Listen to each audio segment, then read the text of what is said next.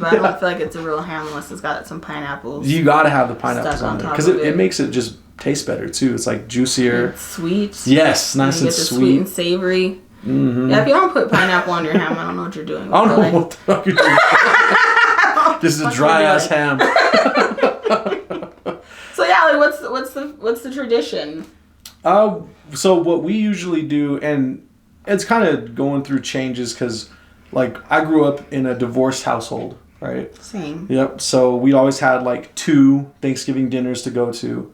On my father's side, it was always done early. They always did it like the early Thanksgiving. I don't know what time you guys usually have your Thanksgiving dinner. I don't know either anymore. Yeah, I don't know. Yeah, we'd have it like really early. Like it'd be like 2 or 3. It'd be between like some years it'd be like between noon and 2 or something. Oh sure, that's yeah, and I think it's because there was a lot of people who were like we were all stopping by at our dad's side of the family, and then everybody else would disperse from there to their mom's side of the family, right? So over there, it's just like show up. People come from out of town because that side of the family, we have a lot of people still in Vegas living out there, so they come to Salt Lake, and we all get to see each other, through the holidays only. Mm-hmm. And then out here in the Ogden side of the family, my mom's side of the family's just here. Yeah. And we see each other all the time. You know what I mean? So it's just like getting together for dinner, and it's a special meal, I guess. We just really just sit down and have the regular shit. I remember one time in high school, this girl who we all know is a friend of ours, but she was like asking me, she goes, so what do you guys do? Like, what do Hispanics do for Thanksgiving? Do you guys have like burritos and tacos? She was completely being innocent. I mean, fair. Innocent, ignorant to the fact that like, I was like, no, we just have the same thing. Like it's mashed potatoes, it's yams. We have the same shit everybody else has. Mm-hmm. Like it's no different. Like maybe there's a few tamales there. But that's usually reserved for Christmas. Right. But yeah, it's the same shit. And then what I do love now too about like my kids, because they're mixed race, and I've been around their mom's side of the family a lot, is I get like the good soul food too on the same day. Yeah. So I get to have like regular Thanksgiving dinner, maybe with a little bit of Hispanic influence, and then at the nighttime when I get their plate from their mom's house, their grandma's house, their yaya's house, it's got all the good shit. Because I love yes. I love all that food. So yeah. What about you? What's your like routine or traditions? Yeah, so like growing up, we always had Thanksgiving at my grandma's house. My parents were also divorced, and so like we did the back and forth thing for like maybe not too long, but like our family's really blended also. Oh, okay. So like my dad would still come to like my mom's house, and then like my other grandparents, when they were still alive, would come to my other grandparents' house. So it was like a very short time like where we did have to like do the split thing, but it was more of like a blended holiday season, if you will. But when it really started getting hard is like when we started getting older and we started like, or I started having like long-term partners. Oh, right. And then it's like, oh, now I have to like go to my family's house, and now we still have to go to your family's house. And that's when the holidays started being like hectic, and I'm like, oh shit, it's the end of the year. Like things like it's go time. So like we'd spend a couple hours here, then we'd have to like drive there, then we'd have to go back here. So I just started to feel like we just spent like the holidays in the car going to see everybody, going back and forth. And like obviously I didn't have any kids or anything, so like both families like expected you to be there. And so I didn't even have the excuse like, oh no, we're gonna do something with my own family. Right. They're like, what family? You ain't got no kids. And so like I had to go. And I'm like, well, that's right if I want to eat. And so yeah, like it was just a back and forth. So that was more annoying than like when my parents, or when I was growing up, like being in a relationship during the holidays is more annoying. But as far as like favorite foods, everything at my grandma's house. But like we were talking before we started filming, is like when we were kids, like we just got to eat the food. Yeah, we just got to eat over there at the other table. So right. Grown folks' business. Fine, I don't care. I'm just gonna eat the food. Yeah. But now, like within the last like 10, 12 years, it's like you're expected to contribute. Right. You're expected to buy something, make something, 2 or 3 dishes, have it there on time. Make sure it's up to par. Make sure it's edible. Or it ain't getting eaten and somebody's going to roast you. And so it's just like so much pressure. And then like all the night before, cooking and baking. And my grandma's done a good job of like teaching me how to cook. I don't like cooking. PSA, I can cook. I don't enjoy it. It's not fun for me. Some women are in the kitchen. I'm like, oh my God, I'm so happy. Got my wine. I'm sprinkling everything with love. I'm like, shit, where's the damn condensed milk? Like, what? Somebody got to go to the store. We can't make this. Like, you know what I mean? Like, I'm not happy while I cook. It's still good. It'd probably be better if I had, like, some love put into it. But there's no love. It's just like, it's out of obligation. Yeah, it's an obligation. And so... But this year, like, my grandma's being hella nice. And she's like, I'm like, okay, grandma, like, what do you need me to do for Thanksgiving? Because, like, you know, I do a lot of stuff also. She's like, baby, just make the ham. Yeah. But now I'm insulted. Now I'm mad. I was like, oh, I can only make the ham now. Yeah, like, she's like, you're healing up. She's like, I don't want you to be doing too much. I'm like, I can cook still. I'm not like, I didn't get stupid. Right. You know what I mean? Like, I can use a stove. Yeah. And she's like, don't worry about it. I got the dressing and I'll bring the cake. I'll start my baking. And she's 80 something, so I feel bad. So I told her, I'm just like, Grandma, I'll just be over to help you. But I felt bad because I got demoted. Like, as much as I just talked shit just then, I felt bad. Right. And sad the other day when she just was like, just make the ham. Yeah, I was like, ah. So anyway, yeah, we're gonna have a talk about that next week. Or wait, next Thursday. Yeah. Or this coming Thursday is Thanksgiving. Oh dang! See, and that's the thing too. I was telling my friend, I'm like, yeah, we can get together next week, and she was like, it's Thanksgiving weekend. I'm like, oh shit, I forgot about it. Right. That's just like how not a front of mind it is. But if I were to have to skip Christmas and have 2 eatings. I would do that. Like, I enjoy that. Christmas is even worse up there on like how much. Oh my gosh, yeah, it's getting Christmas worse and worse. Fun. Yeah, it's such a hassle when you're an adult, and then especially having kids, it's way harder. They expect shit. Yeah, they expect shit. Their lists are like made in June. You gotta like, fuck, you know, mark everything off and get shit. It ends up being nice. Like it ends up, you know, they get the shit they need or want, and they're like happy. And there's a certain joy that comes with that, like seeing your kids happy about Christmas, right? But it's fucking stressful. Yeah. Like the lead up to it, the build up to that point is way stressful. And so like you guys as dads, like do you guys feel like you want to give your kids everything that they ask for? Like do you think it's healthy to give your kids everything that they ask for? No. No. I mean, maybe like 1 or 2 really big things that they want, and then the rest of it just other stuff, right?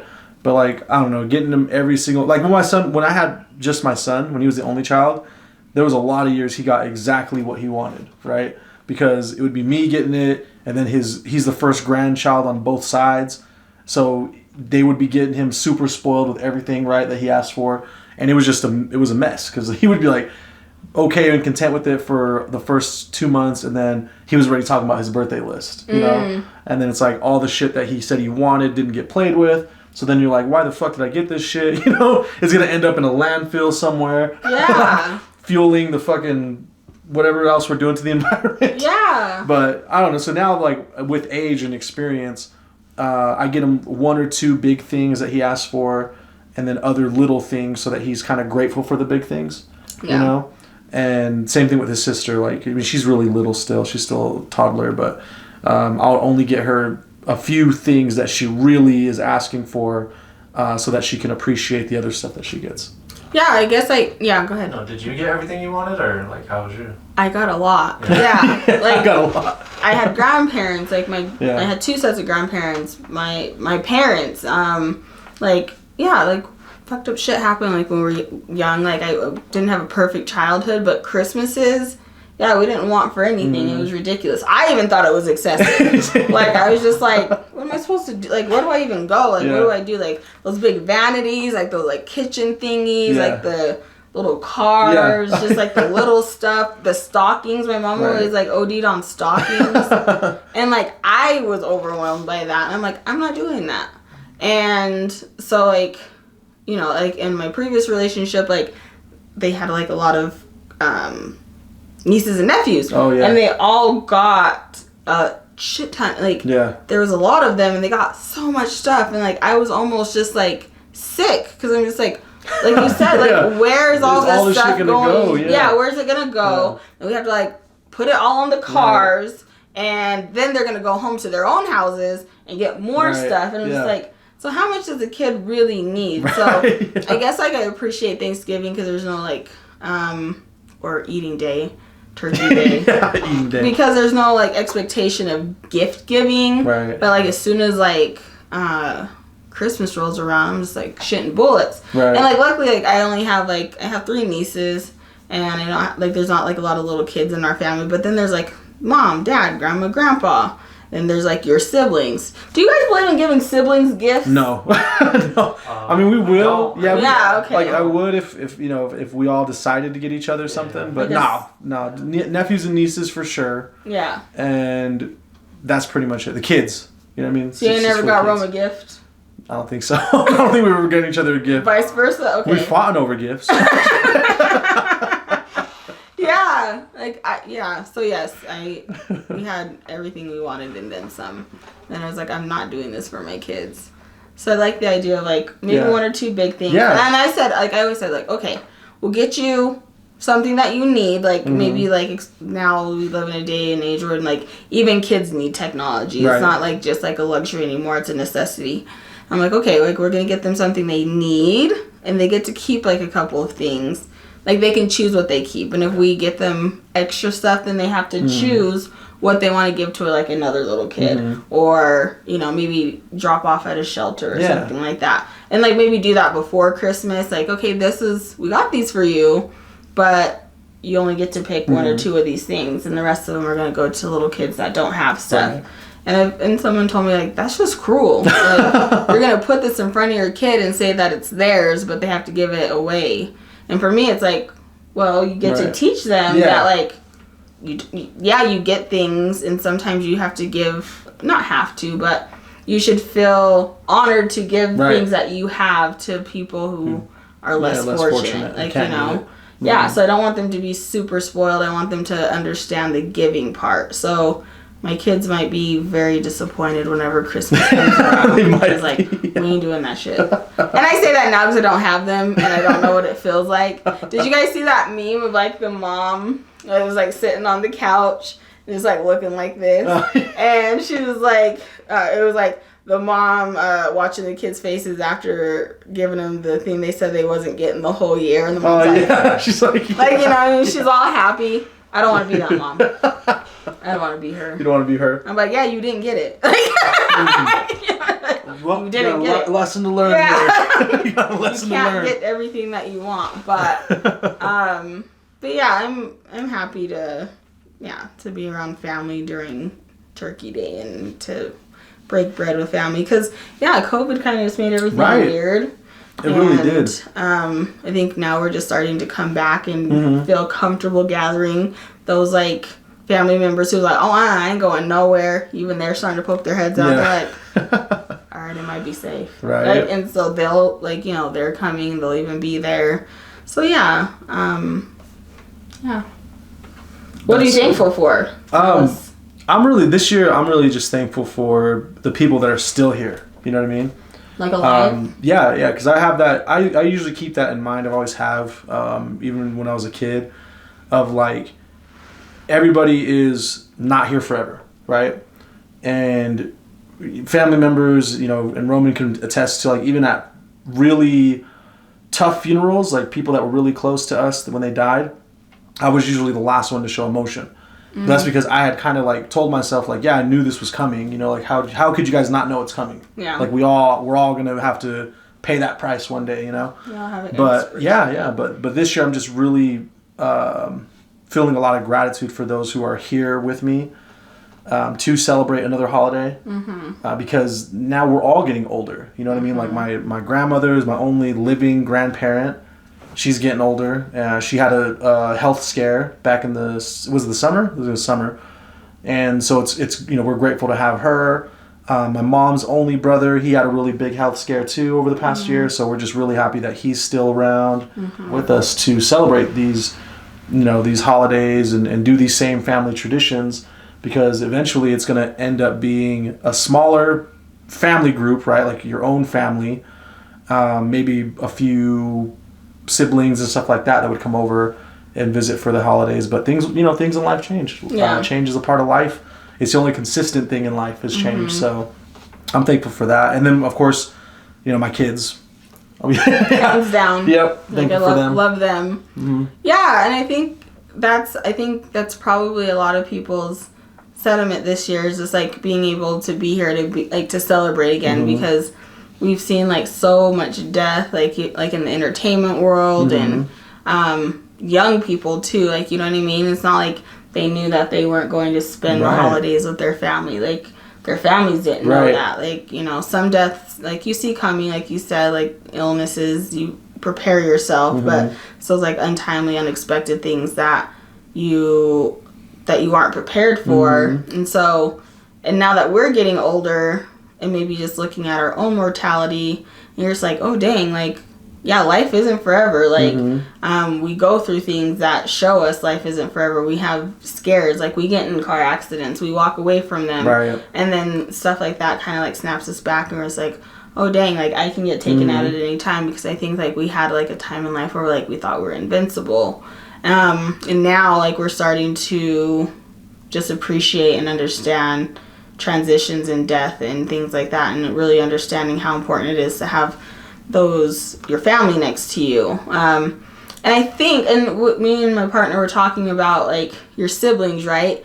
Like when you're younger, like you don't want to hang out with your siblings, right? Like, or like you're not that close, and you're like, oh, like you're a stupid little brother, or like, oh my god, I don't want to hang out with my sister, or like whatever, like I'm too cool. But then like as like you get older, that's like who you gravitate towards. Like that's who you hang out with. Like you know what I mean? Like that's who you call. And it's just funny like how that goes from like, oh my god, like I'm way too cool to you. Like brother, I need you. Like they're the first person you call. Like even like, like how you guys are consulting on something before this, and it's just like you trust your siblings in a different way. And so I think I'm even grateful. I think that's something I'm grateful for is like having that relationship with my siblings, because over the last couple of years I've been through some shit with my siblings, like that, like some stuff that like you don't think that you can come back from, like, you know what I mean?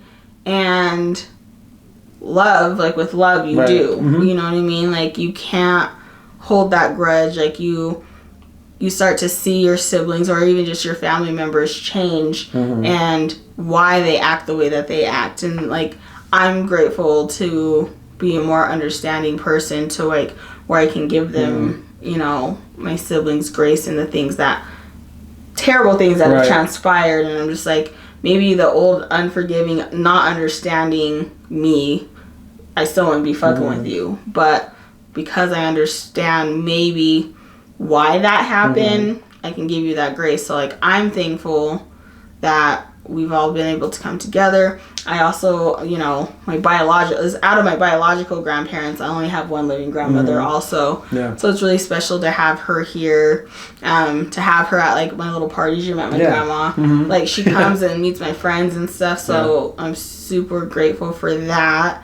I'm also just grateful for like getting through the shitty stuff. Like, you know what I mean? That's happened over the last like year, the last 2 years, that sometimes like shit happens and we just like, I'm never coming back from that. How do I even take a step forward after that happened? But you do. Like, you know what I mean? So, and some people don't, like, right? Some people like choose to stay, but I'm just grateful that I didn't choose to stay in that. I'm just like, okay. And I've lost a lot of people over the last year, literally friends, like that just I grew up with, like, you know what I mean? That were my best friends, and shit just went left, and I'm just like, this sucks, like it really hurts, but I can't let that like stop my life, like, you know what I mean? So I'm grateful that I'm able to deal with that with another level of like maturity and just understanding like the different phases of life. So I'm grateful that I'm not the same person that I was last year. I like that. That's important too, and the key phrase that you said, there's choosing, right? You chose not to remain in that, because there's too many people who they just choose to remain in it, and they choose to let it deter everything else in their life. You know what I mean? Because they're like, just like, okay, I'm stuck in this, and you wouldn't get it, but they want somebody to pull them out, but it's like, nobody's gonna pull you out but yourself. We'll be here to surround you, to help you, to protect you, but like, you have to make that initial decision. And I always like the conversations that we have around thankfulness, like, right? and like when you're going around and saying what you're thankful for. Oh yeah. I think even that like those answers have changed for a lot of people. So it's more like maybe introspective and like has a little bit more depth to it than before. Like, I'm grateful for my house, I'm grateful for my car, like I'm grateful for, those are all great things that we need just to live everyday life. But like when you're like looking inward, like what are you grateful for, like as far as like your personal growth to make you a better person, so you can continue to like obtain these things in a healthy way with healthy people around you. So like that's what I'm thinking of, like when I think of gratitude at this moment. Like my health, like, you know what I mean? Yeah. Like that's something that's huge. Like if you're not healthy mentally, physically, even spiritually, you're not going to present your best self to the world. So like I'm grateful that I have better tools and that I have insurance so that I can take care of myself, of my health. Like, you know what I mean? One thing that my partner said, because I kept saying, I was like, I hate working a 9 to 5. I hate working for other people. And she's like, you just need to not think of it like that, or like stop using the word hate, because those words are probably going to bring more negative to you and your job, and it's going to make it worse. So she's like, be like, I appreciate what my 9 to 5 gives me right now, like health insurance. My 9 to 5 gives me flexibility to work from home. My 9 to 5 gives me a way to make a living, make a roof over my head. So like and when she said that, I was like, oh shit.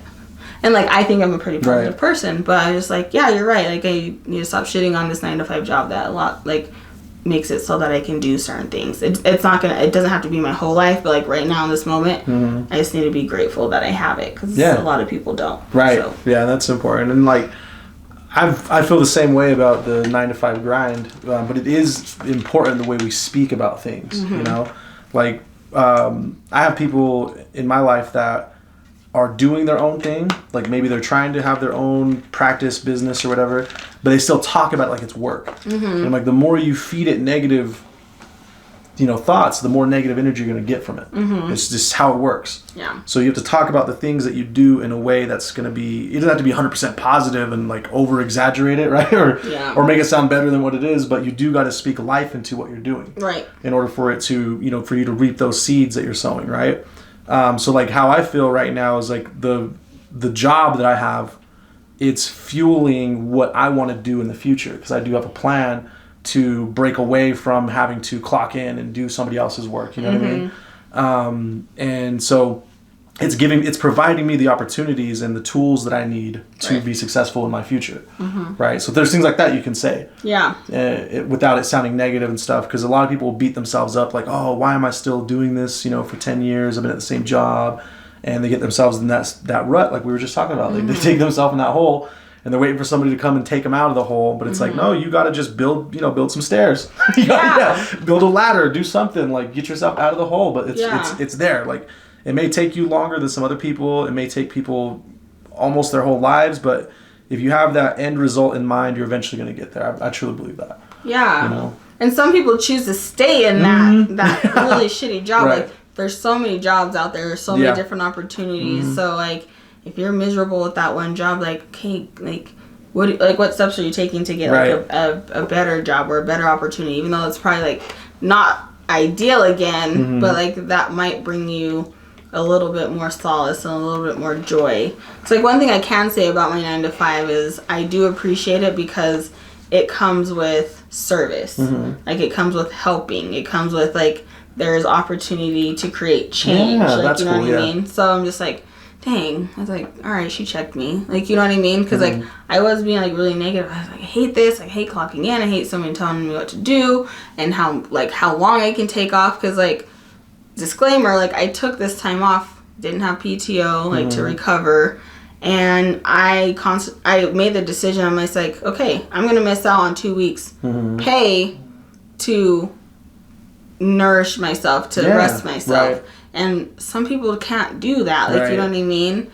And I was able to, but I'm just like, that's one thing that I'm not going to let, like, this 9 to 5 grind take from me, is, like, taking care of myself. Right. So yeah, like it sucks. I didn't get paid for this, but I'm just like, it's not the end of the world. I'll be okay. Like, you know, so, and not everybody can do that. Right. You know, I mean, I ain't saying I can. I just did. You know, it's like, I bit the bullet and I made that sacrifice to not have the paycheck. And sometimes you got to do that. Yeah. You know, and it is important, like self-care, and that goes a long way, you know, because a lot of people will generalize self-care in just like what you can do for yourself, or maybe a few, you know, like touch-ups on your looks, something like that, self-care. But self-care encompasses a lot of things, like your mental, your physical, your spiritual, your financial, everything. That's self-care. You know what I mean? And you do have to do that. Like, that should be the number one priority, because if you focus on everybody else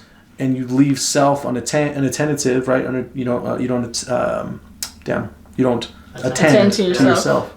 You end up losing yourself, and then you end up getting caught in everybody else's shit, and then you don't have time to fix self, and that's when people get sick. That's when people start to break down. You know what I mean? So it's really important to have that self-attention and self-care. So that's good that you are realizing that and doing that, you know? Yeah. So I was like, I can go back a week earlier, but like I'm still going to be miserable. Yeah. It's still going to like be painful. Yeah. Like, you know what I mean? I'm not going to be doing my best work. Like, does my company want that? Some companies don't care. Right. Like, you know what I mean? But that's another like reason I'm grateful for my 9 to 5. Like, my boss she's very very understanding and great with her employees on like self-care and things like that. So I am lucky. Yeah, that's good. From some other people. And oh my God, can I just tell you? So I had a friend text me one day, because like my job isn't like 9 to 5. Like I clock in, I clock out. Like my job, it's kind of all over the place. I do things in the evenings. Some things are over the weekends. Like I have event things that I have to do. Like, you know what I mean? I sometimes have 3-hour meeting blocks from 5 to 8 o'clock at night on certain days, or like, you know, to, you know, certain times. Like, so yeah, I have some flexibility during the day because I have to be there at night. And I had a friend text, or, you know, we were writing one day and she was like, do you even have a job? Huh? Like what? Like what? Like why? Like what do you mean? I'm like, haha, yeah. Like what? Like she's like, all I do is see you online, like with your dogs, like and you're just like not doing anything. Do you even work? And I was just like, yeah, I definitely work. Like I just don't work a traditional like 9 to 5 that like you're probably used to. Right, like you're going at a set time, getting off at a set time. Yeah. And I just thought that was like so rude, and like I felt sorry for that person asking, because I'm just like, why are you invested in like whether I'm working or not? I'm not asking you to pay for my bills. So like that was like another time where I reflected and I was like, oh dang, like cool, like this job is like so awesome to where people are just like, are you working? Like, you know, like what do you do? And she's like, hook me up. Yeah. That's not why she was asking. She's definitely just being shady and nosy, I feel. Like how it's so crazy. Like that's a whole other topic. Like how women do that. Like that's women talk. Like women can throw shade at you, and like it's like a catty, like, you know what I mean? Because like guys, if a guy was talking shit, you'd be like, ma'am, you're never at fucking work, bro. Like, it'd be something like that. Yeah. But the guy is just like being funny and just like, I'm jealous, or like hook me up. Yeah, like, that's true. Yeah. But in that moment, again, like how my partner's saying, I'm grateful that like I can say that, like, yeah, it's not like a regular situation. I'm grateful for that. That is super good. Because like you said, a lot of people don't have that, and it does shock. It shocks people's paradigm. Like maybe that person is in a job where they have to be set on a certain thing. You know what I mean? So it just doesn't make sense to their mind. Like they're in their own box. We all have our own little boxes we're in.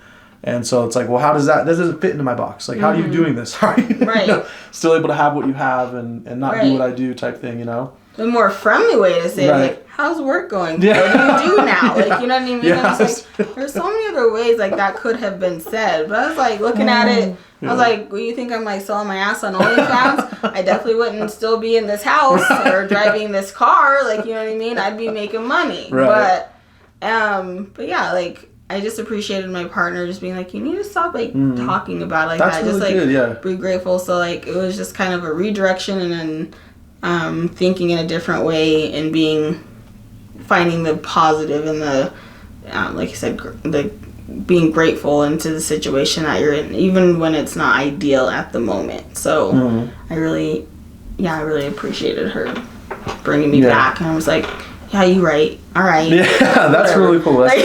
That's awesome. I'm happy for you I'm grateful that you have a partner like that in your life right now. Yeah, Bring, some clarity to your life like that. That part, yeah. And that's something I'm grateful too, is like healthy relationships, healthy conversations, being healthy enough mentally, emotionally to like let certain things go out of my life that aren't serving me anymore, instead of just being like, oh my god, what am I gonna do if I don't have any friends? Like, you know what I mean? I've known these people for all this time. I'm just gonna be by myself. And I'm just like, no, it's just like my life is changing, my reality is changing, and just like with anything else, it's gonna work itself out as long as I stay positive about it. So thank you. No problem. So what we're thankful for today, I like that conversation. That was really cool, and it makes me feel more grateful about a lot of stuff. Let's now that we're talking about Turkey Day, let's take a time machine. What were your favorite moments in the past, like past Turkey Days? What were some of your favorite Turkey Day moments, like when you were either a kid or junior high school, like in the past? Honestly, it was just before COVID. Yeah. Like, COVID really threw a wrench in, like, family dynamic of coming together. We had to reimagine, like, what that looked like for the holidays. Like, who's going to be where? Are you staying home with your own family? And it was really hard for me and my grandma, because she is in her 80s, saying, like, I don't know, like, how many more Thanksgivings or Christmases, like, I have. So it was hard for her to not be able to have all of her family around her for those couple of years when people were still being really cautious. So it broke my heart to see, like, my grandma have to be understanding of her family's circumstances. Before COVID. But before that, it was just like everybody was at grandma's house, like, because I don't have like a ton of family here, but the family I do have is in Salt Lake. All my mom's siblings are here except for one. My cousins, like, we would all be in my grandma's house, and it's not a huge house, so like it's like, shoulder to shoulder that we're like eating, and like everybody got their plates, and like everybody's, excuse me, sorry, my bad, can I get that? Can you pass that? Like, so. Just that, like, having everybody there. Nobody had, like, we were less busy. Right. We were a little bit younger. Yeah, we had not as much going on. We didn't have partners, so, like, we all just had to be there. We didn't have to leave. Right, yeah. So, you just like, hang out the whole time. Yeah, like, I miss those days where, like, nobody had to leave. Like, we just spent the whole time at grandma's house. But now, like, it just looks a little different. And my grandma, she's just like, I know you guys got your own lives and this and that. And I hate hearing her say that. Yeah. It's true, but all she wants now is to just spend time with everybody. And I've been kind of a crappy granddaughter in that sense, just because I'm just like, because you take people for granted. Like, you know, like, you're just like, grandma's fine. She's, like, getting healthy again. Like, whatever, she's going to be here forever. Not the case. So, for me, definitely it's like having everybody there, tasting everybody's food, or like when your cousins would bring like new girls or whatever, and they wanted to bring a dish, and we all just looking like, and judge the dish. Who's gonna eat that? Like, what is it? Or like, what is it? And I remember my a family member. I think that's kind of how you address people. You don't want to like say who it was. A family member, a male family member of mine. I guess he's family, whatever. Had brought a vegan to Thanksgiving. We don't know nothing about veganism. And my grandma don't know nothing about veganism. So she brought her own food. And we were all just like, like, you're not going to eat the like, food? What do you mean? Like, you know what I mean? Like, and now, like, we understand it. Even my grandma understands it a little bit more. But like, at the time, we're like, oh no, she didn't. Like, she's not gonna eat grandma's food. She ain't gonna eat our food. Right. And so, like, we were just so distraught.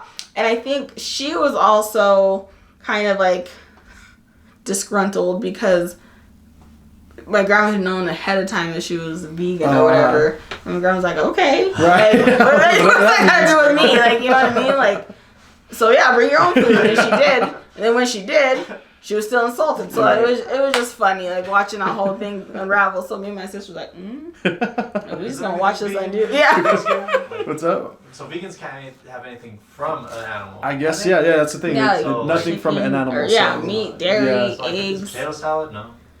Stuffing, no. Mayonnaise No, is a stuffing's no-go. got. Yeah, I don't know. Yeah, That's a tough one. Yeah. That's a tough one And for Thanksgiving. so she had no choice if she wanted to eat it or eat anything. Mashed potatoes is it. Got milk. No gravy. Got butter. Oh yeah, you got butter and milk in that. Yeah. Whoa, yep. So anyway, I think that was just kind of like one of the like something that stands out. That we were just like we were all just so baffled about it, and it was like before veganism was such like a trendy thing, right. or like I think a lot of people are doing now. Like now it's like, hey, whatever, you're vegan, like we could figure out something to make for you, but it was way before then, and we're just like. And we're just like, Grandma's gonna be mad. But yeah, not eating somebody's food is a big deal. Like, especially even in Hispanic households. Like, if you don't eat somebody's thing, like a dish that they brought, they're gonna be like, well, what the fuck's wrong with my food? Like, why are you touching my food? Even if I'm not hungry, like if I'm full, I'm gonna eat a little bit of everybody's stuff. Yeah. You know, just to show respect. Yeah. Because they made it. You know what I mean? So when somebody makes something, I feel a certain way if I get something or I make something and somebody comes over and they're like, oh, I'm not hungry. I'm like, well, what the fuck are you trying to say? What you mean? Like you don't trust my cooking, or you don't trust you knew it was dinner time. What you trying to say? But it's the thing though, when people throw food away, they turn the plates over because they don't want to show how much leftovers they have. Oh yeah. Oh yeah, how much you wasted. Hurt feelings. Right. Yeah. But yeah. We also have an auntie who's like on like plate patrol. Plate like patrol. how many like how much somebody's getting shot. Yeah. You ain't gonna eat all that. Like put some of that back. Like you ain't okay. You ain't gonna eat. It's just a waste of food. And my aunt's always like getting on my grandma's ass about how much food she cooks. Oh, yeah. But it's funny because Plate patrol. she takes plates home. Yeah. So I'm just like, well, she didn't cook all this food. There might be leftovers. Yeah. Right. And Or so, that's her strategy is to tell everybody that they're getting too much so that she can take more Right. for herself home. she's like, Mama, I don't know why you cook all this food. She's like, you always do too much. She's like, give me that plate. Give me that to-go box. But she's steady taking stuff home. And I'm just like, Like, okay. So, yeah, I guess that would be like favorite memory. Or like, it's like what stands out. What about you? I mean, a lot of the same, but really just like before kids, right? Before all that, when I was really young, maybe not as young as like elementary age, but like that middle school, because I kind of was starting to understand more things the adults were talking about. My uncle maybe would give me a couple shots under the table, or a beer and something like that, you know. But all my cousins would be there, and we were all pretty much around the same age. Like on my dad's side of the family, the first generation of cousins were all about the same age. So it's my oldest cousin, then me, we're the two oldest, and then I would go Roman, and then the other cousins after that. So we're all within at least 10 years of each other. Okay. So all the first cousins are at least within about 10 years apart, right? So when we were all at the family's house, it would just be fun because like there's so many kids. We're all around the same age. We're all into the same stuff. Especially us four boy cousins that were all the first and second sons of the uncles, right? So like my dad, his brothers, we were all their sons. We would hang out all night, and then like play PlayStation. You know what I mean? Or cards, whatever, because like that's a big thing too, is gambling with our family. Oh damn! Our dad's side. Racketeering. Yeah. It's gambling. Like we the adults did it, and I remember even being a young kid, seeing all the uncles and the aunts, my grandparents, all gambling, right? So they're all playing card games or shooting dice and stuff like that. And it was just a fun environment because they were family, you know what I mean? Yeah. Maybe over the year, one or two arguments have happened, but it's always shit done popped off. Yeah, but it was always like I love what like with them, they always showed me like a sense of honorable, right? Being honorable because they never cheated each other. They were always fair. Yeah. Even if somebody was, they were kind of like neck and neck. They would be like, okay, look, this isn't going to end. We keep going back and forth. Let's vote to split. And then everybody would vote to split the pot. Right. And then the two people remaining would split it, or the last three remaining would split it, so everybody can go home, right? So that was like something I miss being able to be involved with every single year. And can't do that anymore because I got kids. They got other Thanksgivings to go to, so I don't just have the two separate households to go to anymore. I got theirs now too. on their mom's side to go to. So Yeah. I don't have time to be, you know, to do all that. So I do miss that aspect. And then, I mean, yeah, being a kid with going back to like people being around, right? I do miss my grandparents that aren't here anymore.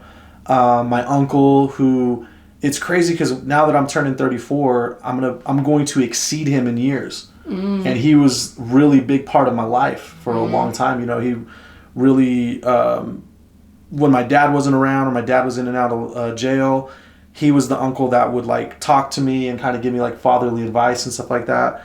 And he passed away at about, I think, 34, 35. So pretty soon, within a couple of years, I'm going to be exceeding him in age. And that's going to blow my mind, just being older than him, because, you know, like you just never thought that he would be gone. And so I get nostalgic for those type of people in my life and memories like that. But even just being grateful that you made it to 34, 35 to be here for that's true. For Thanksgiving.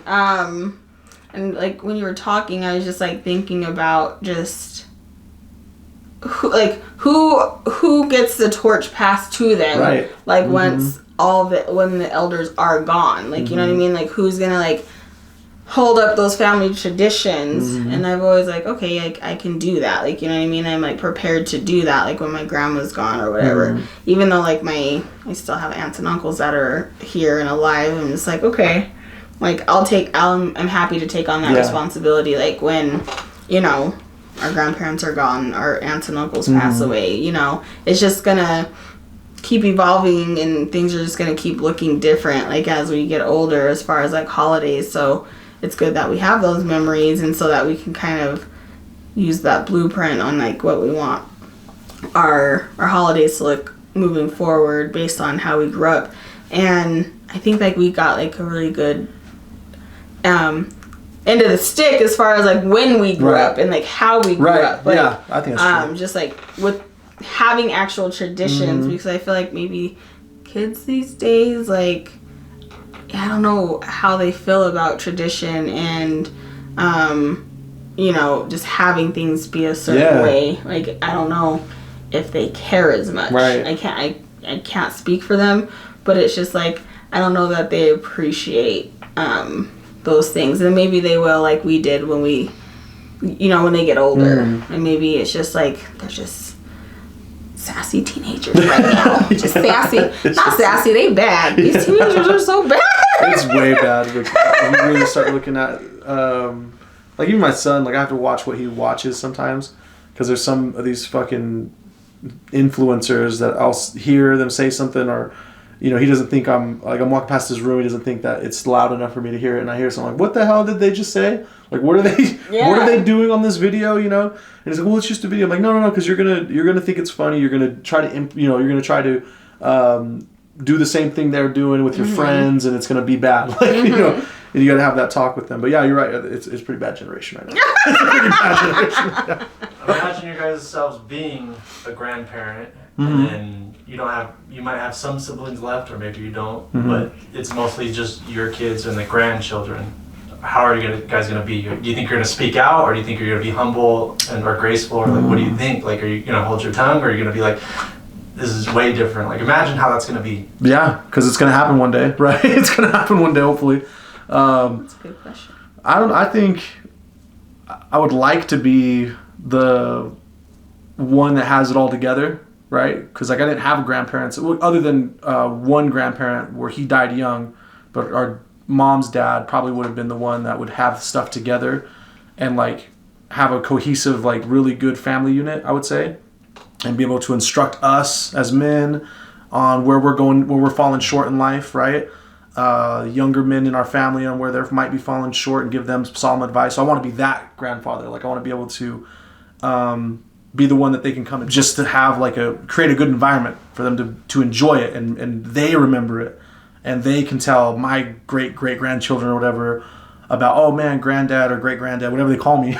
It's gonna be, you know, I hope I can carry a legacy like that. That's what I hope, right, to achieve and be. What about you? Yeah, they're not calling me grandma. And I didn't understand that until it's like recently. Because like we feel young still. Yeah. But I just, I want to be like that matriarch like my grandma was. Like, as far as like, I want to be able to teach my kids, my grandkids, how to cook. Yeah. And why we cook the way that we do during those times. Like, what that food meant, and why.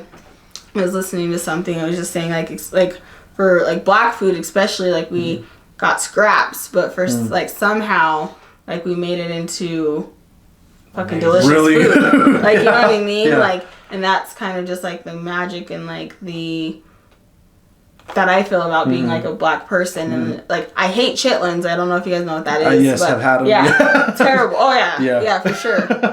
I don't want shit to do about chitlins. Like, but I'm just like, I don't care how much hot sauce you put on it. Like OGs tell me, they're like, oh, all you gotta do is put a lot of hot sauce on it. And I'm like, no, it still doesn't taste good. Makes your breath stink, the house stink, your hair stinks, your clothes stink. You just stink for 3 days. And I'm just like, okay, when this is my thing, I ain't doing that. Like, I ain't making chitlins. But now that I'm getting older, I'm like, I might do that. Like, you know what I mean? I don't know who's gonna eat them, but like, I just want to like carry on that tradition and be able to like have my kids understand what the food represents. And you know, my grandma, like, she'll tell us stories here and there about food or like how they cooked it. My grandma cooks all of her cakes from like scratch. Nobody, like, from scratch, and like she's taught me how to do that. Don't enjoy it. I don't know how people bake all the time. Like, it's a lot of work. Like, you know what I mean? But when you're done, you're just like, damn, like, I made that from like just these few little things, and like it tastes so good. And it's just like different than like getting frosting from a store. Yeah. Or getting like making a cake from a box. Like, you know what I mean? It's so much different. So like, I just want for my family and my kids just understand what food does. And it really does bring people together. Like, food, we have Sunday dinner at my dad's house every other Sunday, and it's just for us to like catch up and talk and like get back in each other's lives and like reconnect, like, you know what I mean? And we do that over food. So for me, I hope to. And that's like what I probably need to be doing more of now, like when my grandma's still here, is like get more of her stories, get more of her recipes, and understand who started that, who made that, like whose dish was that, and like why she likes cooking it. Because my grandma, she loves cooking, and I just like want to have even a little bit of that, like even the little bit of love for cooking that she does. So I just hope to pass down to my family the history of the food and like why we cook the way that we do. Obviously, you shouldn't eat like that every day. You're gonna die. Like, you know what I mean? That's like not an everyday thing. But why we have these specific dishes, where they came from, how we turned nothing into something, and you know why it's special, and like why it's special to our family and other families, and like why like we want to share food. I also have an aunt, my dad's aunt. She cooks like nothing traditional on Turkey Day. Yeah. Anything but turkey. Yeah. It's spare ribs. It's it's pulled pork. It's everything that's like not traditional Turkey Day food. And my dad, like every year, he's like, man, she did it again. Just went all out. Like, you know what I mean? Just like fish heads, like all this other, like all this crazy stuff. So that's another thing too. Like, I'll probably be going over there this Thanksgiving too on my dad's side of the family, and just seeing like how they do things. Like, I'm used to how my mom's side of the family does things, and because we just aren't super close to my dad's side of the family growing up, but now that we're getting older, again, we're just appreciating that they're still here, and that's also our family. So I'm excited to go and eat something that ain't turkey, you know, like, or ham even. Right. Even though I love me some ham, but I'm so yeah, like, some ham this week. I'm definitely gonna fuck up some ham. I guess that's the only thing I'm making, so we'll fuck it up. Was there anything that you like? What would you say? No. Okay. Yeah. Well, I think I only remember like bad parts, me being really sick or something like that. But everything else, the majority is good. I don't always remember the good. I just know it's good. Yeah. So I just keep that. You felt it was good. Yeah. Like, you felt it was good. And that's the thing sometimes too. Like, I just forget like details of stuff. I'm just like, yeah, I just felt good. I don't know what happened or why I felt that way, but it was good. I don't have any complaints or anything bad to say. I feel like my mind is a tape recorder. I pick up everything, and even little things like just even when like I sit and think about somebody who's passed on, I don't necessarily just remember like the emotions I had around being around them, but just like every little thing, like their mannerisms, the way they smelled, what shirt they wore, you know what I mean, and like everything about a person, like, you know, if and when my parents pass away, like that's what I'm gonna remember most about them is like just the little things they would do that, you know, I'm never gonna see again. You know, because of the feelings and stuff, you can always capture the feelings by thinking about the memory, right? The memory's kind of there, and the emotions go along with the memory. But just those little nuanced things, like feeling my mom's hair when she's out of the shower because her hair's curly, or even just like when I was little, I thought my dad was the strongest guy in the world. You know, till I got bigger and got bigger than him and stronger than him. You know, but like little stuff like that, like you're gonna carry with you, or I carry with me all the time. Yeah. It's so funny too. So another funny thing about my uncle, so my aunt's husband, is fingernails and toenails on women. So my uncle, he's such a funny guy. He's a super good looking man. He's, you know, and women just like flock to him, look at him, and my aunt's like, you better go somewhere. But like, he also is very respectful of women. He's so loving, he's caring. But one thing that he cannot stand on a woman is when their fingernails and their toenails are half done. Like, he's like, do it all, have it look nice. Like, if you're gonna wear fingernail polish, wear it. Make sure it looks nice. No chips. Same, yeah, like not having it chipped. Same thing with your toes, especially if you're gonna have your toes out. Make sure it's on point. If you have your fingernails done, make sure ain't one broken off. Like, you know what I mean? So like us girls are always like, oh shit. Like, you know what I mean? Or if he's like, and if you're not gonna wear it, don't wear it at all. Yeah. Like, don't, like, maybe put some clear over it. Like, you know what I mean? Just make sure like your hands and your feet look good at all times, because like for him, that's a thing. Like he that's what's attractive to him, like as far as like women goes, and that's what like represents femininity to him, is having perfectly manicured hands and feet. So whatever it is, whether it's Turkey Day, Christmas, birthdays, whatever, me and my sister are like, what do your fingernails look like? Or what are yours? I'm like, ooh, Uncle Dalen, he don't like that. You need to fix that. Like, you know what I mean? So it's like, shit. Or he's like, keep your hand in your hoodie. You're just like, you know. Hide your hand. Hide your hand. Yeah. Those old, like, old school, like, Victorian gloves in the house. White gloves. Goes with my outfit. But yeah, like, that's something that I always, like, think about. Like, as far as, like, holidays and functions with that uncle. Like, we're always just like, shit, what do our toes look like? What is everything doing? But yeah, so it's just like those little things, those funny things that you get to remember about the holidays. I hope my nephews and nieces and kids, future kids, if I have them, keep thinking I want to have more kids now. When I talk about kids, until it's like, they have their boyfriends or spouses or girlfriends and wives. Yeah, you don't know what that's gonna be like, but that's life. That's life. You gotta accept that shit. You know, it's just. Those are the funny things. Yeah. Even like Sunday dinner, right? My dad was like, well, my partner now was like, well, like, can I come? Like, isn't it just like family? And I was like, oh no, it's fine. Like, we just bring whoever we're dealing with at the time. And like, whatever. And just show up. And I was like, oh, that sounded really bad. I was like, look, you're just invited. That's all. Like, you know what I mean? And my dad's just like also gotten used to like, I don't know who y'all with, like what y'all doing. Like, they're welcome until they ain't. Like, you know what I mean? So like, yeah, we just like bring people, and you just have to accept your kids' partners, like, you know what I mean? And sometimes there's drama, like there's rifts and like whatever, or even like between siblings or the siblings partners, and you, like, you know what I mean? Right. Like in those moments, you just have to be the bigger person. I don't know if a lot of people do that though, but we're not like the kind of family who's just like rude, like, you know what I mean? But I've been in situations around families who are like that. I'm like, dang, like, you didn't have to do that girl like that. That's crazy. Like, rude. She didn't do nothing to you. But yeah, like, accepting your kids' spouses and, like, new kids that are coming in. And, yeah, I think that's, like, kind of just part of the journey and the fun of just growing up. Yeah. And that you guys have kids, and, like, you guys are already, like, kind of in that stage in life, and like I'm gonna enter into that later, so I'm just like, oh god, I hope I'm not like a super grumpy person because I had like kids like super late, like, you know what I mean, or like my expectations are like too much or too high. It'll be better, yeah. Like, okay, good. I think Roman, because the age that he is having his kids, it's better because he's more mature in how he handles them and stuff like that.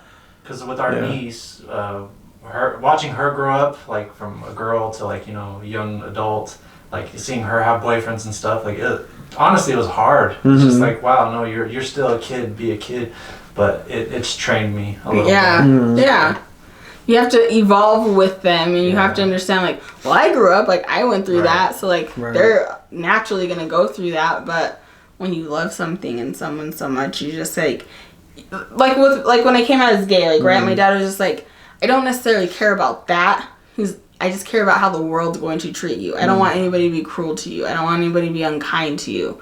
And so, like, those are the kind of thoughts that we have, like, when we watch, someone that we saw go from here to go, like, growing up, where it's like, we just want you to be protected. Like, we just want you to be safe. So it's not like we're upset with you or anything, like, or like we're really sad. Like, we're just like, okay, like, now we, like, have to protect you in a different way than we did here. Like, you know what I mean? And we have to speak to you in a different way than we did here. So yeah, that's so true. Like, watching my niece grow up, she knows, like, so much stuff, and it's just like, just listening to her and, like, being able even just to use a phone. I couldn't use a phone like that at 8. I mean, like, we didn't have phones like when we were 8, I don't think, but she's just, like, so technologically inclined. It's ridiculous. Like, these kids are just different types of beasts. They are definitely different beasts. Different beasts. So, I don't know if do we want to talk about Black Panther? Well, how long we have so far? Whatever you want. I don't know. I can't tell the time. It's cut off in like 25 minutes, so it's probably like a little over an hour. Okay. Well, I'm just saying, like, transitioning from different cultures, backgrounds, kind of what we do. That's traditions too, because a lot of that stuff in the movie was about tradition. Yeah. So, what did you think of the movie? I really liked it. So I watched it yesterday, so it's pretty fresh on my mind. Yeah. When did you go see it? Last week, I think. Okay. Or no, I think I went and saw opening day. Oh, okay. So a couple weeks. Yeah. Okay. So it's been a couple weeks now, I guess. But it was really good. I liked what they did with the story, because the first Black Panther, what I really enjoyed about it is it showed, because like Wakanda is an untouched land, right? So it's untouched from modern ideologies and everything like that, and it pretty much just shows like what African culture could be if it was untouched, right? And they have the vibranium and all that stuff, so they're like super advanced, right? Without being touched by the colonizers, tainted by the colonizers, right? But they did that same. So I like that about the first one, and how like the bad guy Killmonger, the villain in the first one, was all about like self-preservation and like look what they did with all of the technology they thought they had. We can do that, but better, and we can rule the world better because we don't have their mercilessness, right? We still have some mercy that we can show, and this and that. And he was just about like conquering the world for the sake of bringing the oppressed out of the hands of the oppressor. But with this movie, it showed the whole new underwater civilization, and their thing was they were trying to keep the whole world away from their civilization, because they've seen that too. Like, so Namor, the villain in this one, he's like a Mesoamerican. His mom lived at the time that the Spanish conquistadors were coming through and ravishing all the native people, indigenous people of the Americas, right? And they ended up finding an herb. You've seen the first one at least, right? Yeah. So anybody's seen the first one, the heart-shaped herb that grew in Wakanda is what gave the Black Panther his powers. So this herb they found grew underwater, but it was in the same type of soil that the heart-shaped herb was. And they were able to ingest it, the Mesoamerican people, because they had their shaman had a vision. So by ingesting it, it turned them into these like sea people, basically. And so they were able to get away from the oppressors, right? So they escaped the oppression. Nice. So they escaped the oppression. So it's the same. It's the same concept as the first one, where like Wakanda was that untouched, untainted, if you will, and this new civilization was the same thing. But it shows the origin of that civilization and how they became what they became. And then Namor was born. So his mom was pregnant when she drank the herb. So he was born basically with that in his DNA. So he didn't get changed at all other than getting powers. Really, he had all the powers from the herb without the bad side effects because he could live on land, all this stuff. But his ideology was dope. Yeah, and I was listening to a podcast. It might have been The Brilliant Idiots, and they were just like asking like what the like. He's like, what would you say the overarching theme of of Wakanda Forever? And I think Charlemagne maybe he said grief, and I was like, dang, right? Like it really was like it was really rooted in grief because then you had the passing of Chadwick, so like that was reflected in the movie. Obviously, like so the Black Panther was he had passed away. There's some other characters, some big characters that passed away in the movie. So it was really around like grieving Namor, his mom. He's grieving his mother. So it really touched a lot on like grief, how we deal with it, how we move forward. And I was like, dang, like that's so true. And like it was a very emotional movie. Like you were like my sister's like I didn't want to go to the bathroom, and it was a long movie too. And so I appreciated that about like Wakanda Forever because like it showed like just resilience, persevering, passing down again. Yeah.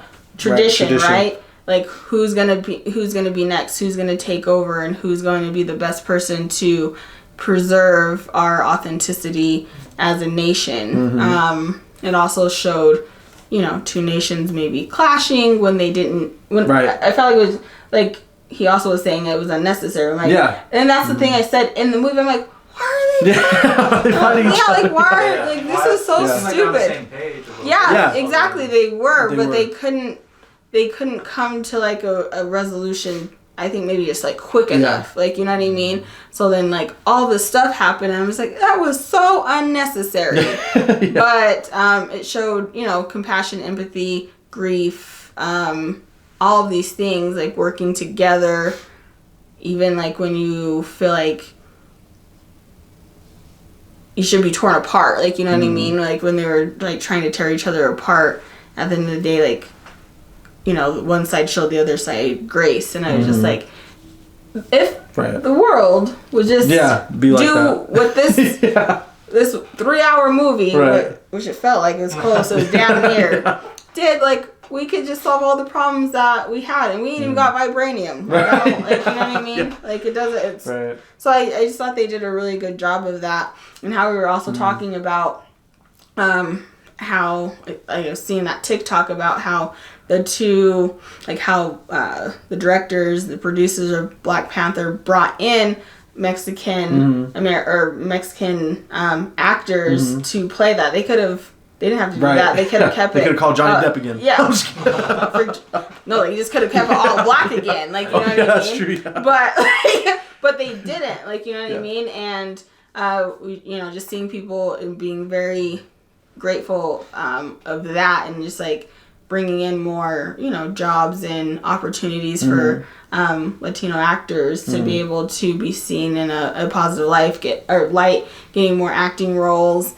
And I think the guy that played Namor, he was on like Fallon or Kimmel or something like that, and he was saying that like Ryan Coogler had called him up to like to offer him the role, and he was just like, well, can you swim? And he's like, I never drowned before. And he was like, no, but really, can you swim? I never drowned before. Like, and so like that's what he kept telling him. And so Namor, the actor, he actually couldn't swim. He couldn't even swim, and he still gave him the role. They just gave him like swimming classes and like and he was just like, I was like floored to have that opportunity to be in such a huge movie where he was more or less like an unknown actor, like, you know what I mean, before this part, and now he's gonna have so many more opportunities. And he did a good job. He did a great job. And in that movie too, I think another like kind of arc was that they were both, so they went to war, right? So Wakanda and the other nation went to war,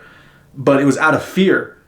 It was out of fear of what the rest of the world was going to do to their nations. So they were fighting each other out of fear of what was going to happen if they lost and they had to fight the rest of the world, right? So like the colonizers had to colonize them. They didn't want to be colonized at the end of the day. Yeah. They were just like, look, we have something untouched. Both of our nations are untouched and still good, and have our own ideologies. Our people are taken care of. But if they discover that there's other nations with vibranium, they're going to come after us. Then he told Suri, Namor, he's like, and they're going to come after you. They're going to come after Wakanda. What's going to stop them from coming after Wakanda if they get our vibranium? Because then they'll be on an even playing field with you now. Yeah. And if they're on an even playing field with you, they're going to take you guys over. So his thing was, let's join up and take over the world, though, was his thing. It wasn't about protection, right? He was like, let's join up and take them out before they take us out. And of course, like, Wakanda didn't want to do that. They wanted to remain independent. Yeah, and so look, you have to see you gotta see it. I'll have to see it. But being a little kid in today's world, where they only see good and bad, like, do they see the other side of the story, or are they only on, like, Wakanda and be like, oh, well, they're talking nonsense? Does it make sense to a little kid that the Namor has a point or whatever? I don't know. I guess it would depend on how old the kid was. Because like my son, he watched it, and the only thing he got from it was that that Namor was attacking Wakanda, right? And he's like, oh my gosh, they're he's gonna win, because like there's a big scene where he goes and fucks shit up in Wakanda. And he gives them ultimatum and says, "I'll return in a week, and if you don't, submit, I'm going to take everybody out." Because if they're not banded together, right? Wakanda could do a deal, and then I don't know. Right. So it was. You got to see it. I could have solved this. You got to see it. It was really good the way they did it. But the overarching grief too, man. Like that character Suri, because like there's a scene at the end of the movie where she's remembering her brother. And you see these scenes, it was heartwarming, but you see these scenes where she was so young in that first movie. She was just a little girl in the first movie and looked up to her brother, and her brother was her protector. And now in this movie, she had to be forced to be a woman. She grew up. She had to grow up quick because her protector was gone, her nation was in trouble, and all of her knowledge and what she thought she didn't have to do the traditional way, she thought she can think her way out of all this stuff, it wasn't working. So like everything failed around her, and she had to gather herself up and take on that mantle and go out and do it. And she did that. Like it just shows the resilience and strength of a woman, where she, like, if she's put in a place where she has to, that's her only option is to fight, right? She did it, and she did it good. Well, she also just said, like, she was able to do this because of what her brother taught her. So again, he passed down that knowledge to her, so like she knew what to do. So yeah, I don't necessarily don't think she wouldn't know what to do in that situation. She just never thought she would have to be put into that situation. She was like, he's always gonna be here. Like, I do this, he does that. But like in the background, I think this is like a good like lesson for us as adults, like when we're rearing, mentoring kids, is like they're always watching. Like, you know what I mean? Like they're watching everything that we do, for better or for worse. So luckily, the Black Panther, as he was a good example for her. So she was able to like kind of pick up the torch, even though she was fearful, but she knew exactly what to do. Like I said, she might not have wanted to do it, but she knew what to do. And so, because she watched her brother be such a fearless leader, and she said that, I think, at some point in the movie, like, you taught me, like, and everything that you I learned from you.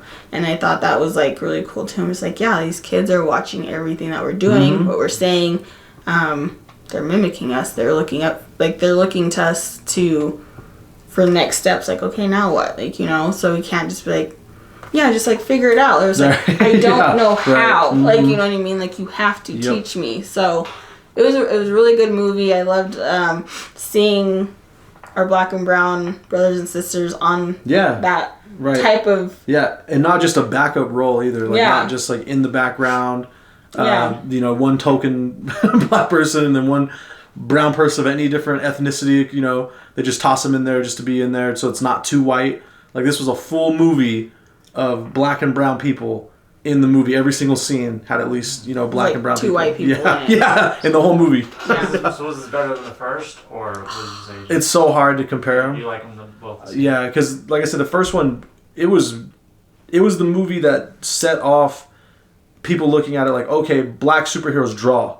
That's why we got Black Adam now. That's why there's going to be more black superheroes coming in down, the pipeline, like Blade. They're making another Blade movie and stuff like that. That was the dopest of all. That was. It just wasn't. It was really I don't good. even follow it. I just like the movie. But so that was like it showed, right? It just showed that it draws. Like you can make movies with people who aren't white as superheroes. Actually had a message that was good. Yep. Like relatable to. And this one had a message too, but it was just a different type of message. You know. I think the second one was better. I like the second one better. Like I felt like more emotion. Like I felt more. Like it was just like more packed with lessons. And again, maybe not for a kid, like depending on like, you know what I mean? They won't get that now, but like as adults, like, you know what I mean? And you're just like, oh dang, like that was, because they had to move, like as a franchise or as a, what do you call Marvel? Yeah, like it's a franchise. Yeah. As a whatever. They had to like really figure out how to make this movie that is good without Black Panther, like, you know what I mean? Yeah, that's like true. a lot of movies haven't had to do that. Their main person hasn't passed away or died. Like, you know what I mean? So they had to like, I think like hats off to them too for being able to make it just as good and just as interesting without Chadwick. Like, you know what I mean? And a lot of like the actors also like said how hard it was like doing it without him, but they had grieved and like they wanted to make it that much better for him also. And they did.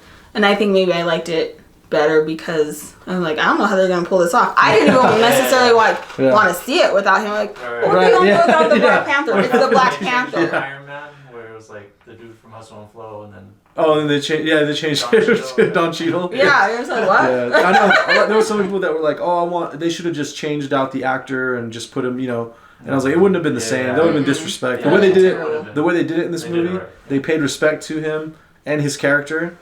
You know, and then they still managed to make a really cool movie.